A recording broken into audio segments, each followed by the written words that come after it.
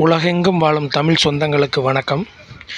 இப்போ தமிழ்நாட்டில் நியாய விலைக் கடையில் பார்த்தீங்கன்னா, இந்த மாதம் முழுக்கவே பூரா அந்த ரேகை வைக்கிற மிஷின் பிரச்சனையாக இருக்குது. நானும் டெய்லி போகையில வரல பார்ப்பேன், கூட்டமாக நின்றுக்கிட்டு இருக்குது. அவ்வளோ கூட்டமாக டெய்லி இருக்குதுன்னு சொல்லி நான் ஜாமான் வாங்க போகையில பார்த்தா, நியாய விலைக் கடையில் 10 பேர் தான் நின்னாங்க. ஒரு ஆளுக்கு 15 நிமிஷம் ஆகுது. பாதி பேருக்கு ரேகையே விழுக மாட்டேங்குது. என்ன பிரச்சனைன்னு கேட்டால், நெட்வொர்க் பிரச்சனைன்றாங்க.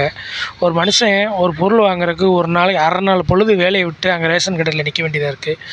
ஒன்று மிஷின் எடுக்கலாம், கையில் எழுதி கொடுத்து விடலாம். அதில் ரேகை விழுகலைன்னா இந்த மாதம் ஜாமானும் கிடையாதான், அடுத்த மாதம் சேர்த்தும் தர மாட்டாங்களாம்.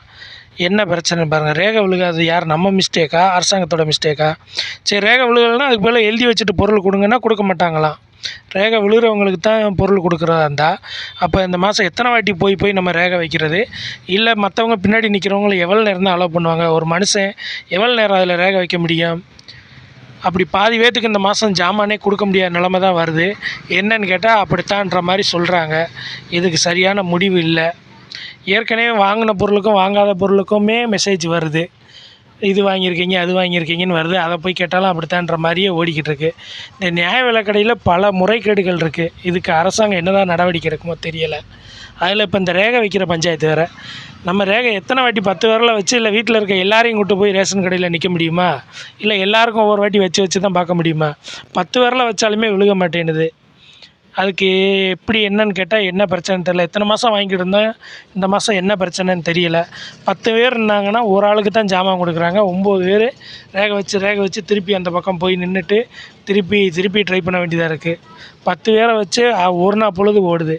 அந்த மாதிரி பிரச்சனைகள் போய்கிட்டு இருக்குது. ரேகை வைக்கிற மிஷின் சரியில்லையா, இவங்க நெட்வொர்க் சரியில்லையா, இல்லை இவங்க சிஸ்டம் சரியில்லையான்னு தெரியலை. டக்குன்னு நோட்டு புக்கை எடுத்து எழுதிட்டு இந்த மாதம் அவங்ககிட்ட ஒரு கையெழுத்து வாங்கிட்டு கொடுத்து விடலாம். ரேகை விழுகலைன்னா இந்த மாதம் பொருளே கிடையாதுன்ற மாதிரி வேறு சொல்கிறாங்க. இந்த பொருள் வாங்குறதுக்கு நம்ம எத்தனை வாட்டி போய் ரேஷன் கடையில் இன்னும் எத்தனை மணி நேரம் காத்து கிடக்க வேண்டியதாக இருக்குது. இது மாதிரி உங்கள் ஏரியாவில் இந்த மாதம் பிரச்சனையை சந்திச்சிருந்தீங்கன்னா ஒரு கமெண்ட் பண்ணுங்கள். நம்ம சேனலில் பிடிச்சிருந்தா சப்ஸ்கிரைப் பண்ணுங்கள். உலகெங்கும் உள்ள தமிழ் சொந்தங்களுக்கு தமிழன் என்று சொல்லடா தலை நிமிர்ந்து நில்லடான்னு தமிழனா பிறந்ததில் பெருமை கொள்கிறேன்.